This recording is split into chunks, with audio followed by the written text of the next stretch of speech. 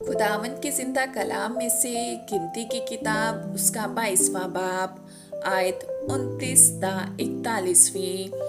बलाम ने गदही से कहा, इसलिए कि तूने मुझे चिढ़ाया, काश मेरे हाथ में तलवार होती तो मैं तुझे अभी मार डालता। गदही ने बलाम से कहा, क्या मैं तेरी वही गदही नहीं हूँ जिस पर तू अपनी सारी उम्र आज तक सवार होता आया है? क्या मैं तेरे साथ पहले कभी ऐसा करती थी? उसने कहा, नहीं। तब खुदावन ने बलाम की आंखें खोली और उसने खुदावन के फरिश्ता को देखा कि वो अपने हाथ में नंगी तलवार लिए हुए रास्ता रोके खड़ा है। सो उसने अपना सर झुका लिया और औंधा हो गया।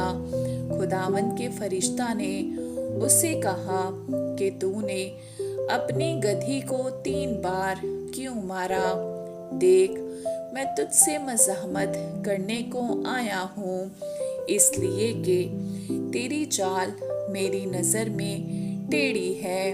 और गदही ने मुझको देखा और वो 3 बार मेरे सामने से मुड़ गई। अगर वो मेरे सामने से ना हटती तो मैं ज़रूर तुझको मार ही डालता और उसको जीती छोड़ देता। बलाम ने खुदावन के फरिश्ता से कहा, मुझसे खता हुई, क्योंकि मुझे मालूम ना था कि तू मेरा रास्ता रोके खड़ा है। सो अगर अब तुझे बुरा लगता है तो मैं लौट जाता हूँ। खुदावन के फरिश्ता ने बलाम से कहा, तू इन आदमियों के साथ चला ही जा, लेकिन फक्त वही बात कहना जो मैं तुझसे कहूँ। सो बलाम बल्क के उमरा के साथ गया। जब बल्क ने सुना कि बलाम आ रहा है तो वो उसके इस्तकबाल के लिए मोआब के उस शहर तक गया जो अर्नोन की सरहद पर उसकी हदूद के इंतहाई हिस्सा में वाक़या था। तब बल्क ने बलाम से कहा, क्या मैंने बड़ी उम्मीद के साथ तुझे नहीं बुलवा भेजा था? फिर तू मेरे पास क्यों ना चला आया? क्या मैं इस काबिल नहीं कि तुझे आला मनसब पर मुमताज़ करूं?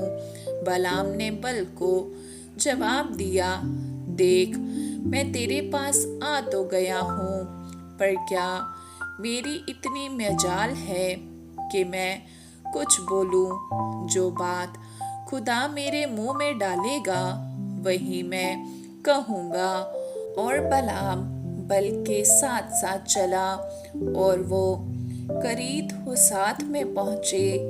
बल्क ने बैल और भेड़ों की कुर्बानी गुजरानी और बलाम और उन उमरा के पास जो उसके साथ थे कुर्बानी का गोश्त भेजा।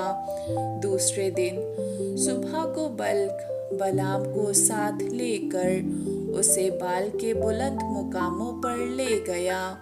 वहां से उसने दूर दूर के इस्राएलियों को देखा। आमीन।